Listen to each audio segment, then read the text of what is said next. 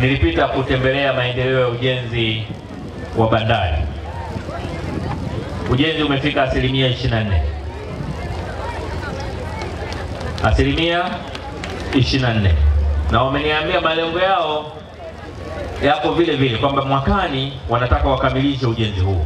Na ujenzi huu unatumia zaidi ya shilingi za Kitanzania bilioni 82. Na ikisha kamilika ile bandari itaweza kuchukua kwa wakati mmoja meli 2 zinazoweza kubeba tani 5,000 kila moja. Kukamilika kwa bandari ile kutakuwa ukombozi mkubwa kwa ukanda wa kusini. Biashara itafunguka kati yetu sisi wenyewe kwa wenyewe, lakini pia kati yetu na nchi jirani kwa maana ya Msumbiji na Malawi.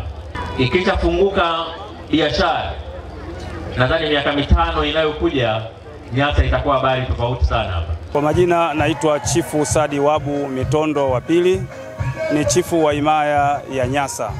Mradi wa bandari ndio kitovu kikubwa cha uchumi wa Nyasa na mkoa mzima wa Ruvuma. Mradi huu wa bandari utaongeza ajira nyingi sana kwa wanaruvuma na wananyasa kiujumla. Litakuwa lango la biashara katika nchi hizi mbili, nchi ya Malawi, nchi ya Msumbiji, na wote wanategemea bidhaa kutoka Tanzania. Kwa hiyo uwepo wa bandari hii ambao umegharimu mabilioni ya fedha kwetu sisi ni fahari. Tunamshukuru sana Mheshimiwa Rais.